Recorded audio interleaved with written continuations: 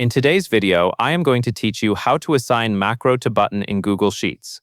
Start by opening your Google Sheets file where you want the button to run a macro. In this example, there is already a button placed on the sheet, and we are going to connect it to a script so it performs an action with one click.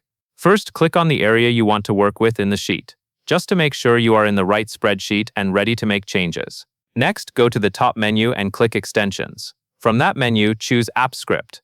This opens the script editor in a new tab, where the macro function is stored.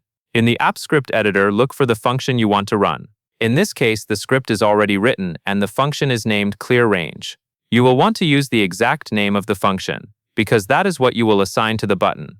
Take a moment to click inside that function so you can clearly see the name, including the capitalization. Now save the script. Saving is important because Google Sheets can only run the latest saved version of your code.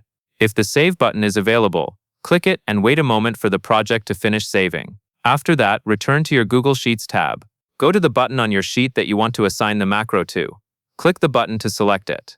Once it is selected, open the button's Options menu, which is typically the three-dot menu on or near the button. From that menu, click Assign Script. A small box will appear asking for the script name. In that box, type the function name exactly as it appears in App Script. For this example, you will type clearRange. Make sure you only enter the function name itself, not parentheses, and not any extra text. Click OK to confirm. At this point, the button is connected to your App Script function and is ready to use. When you click the button in the sheet, it will run that function, and that is all there is to it.